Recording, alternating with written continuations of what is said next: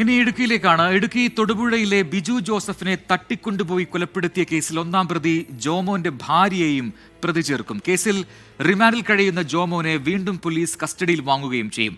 മരിക്കുന്നതുവരെ quotation നൽകിയത് ജോമോനാണെന്ന് Biju Joseph അറിഞ്ഞിരുന്നില്ലെന്നാണ് രണ്ടാം പ്രതി ആഷിഖ് ജോൺസൺ നൽകിയ സുപ്രധാന മൊഴി.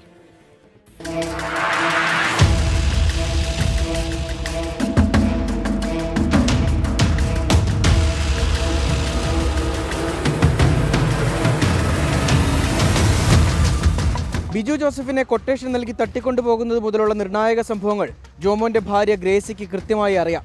ബിജുവിനെ കൊലപ്പെടുത്തിയ ശേഷം ആദ്യം എത്തിച്ചത് ജോമോന്റെ വീട്ടിലാണ്. പ്രതികൾ എത്തിയപ്പോൾ വാതിൽ തുറന്നുകൊടുത്തത് ജോമോന്റെ ഭാര്യ ഗ്രേസി.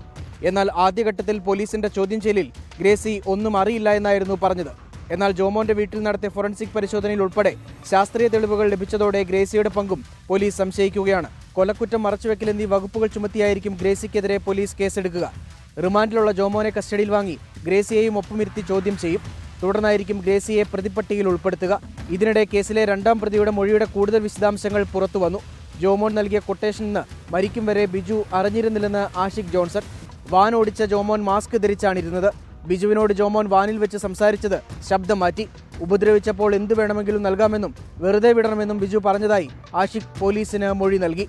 24 ഇടുക്കി.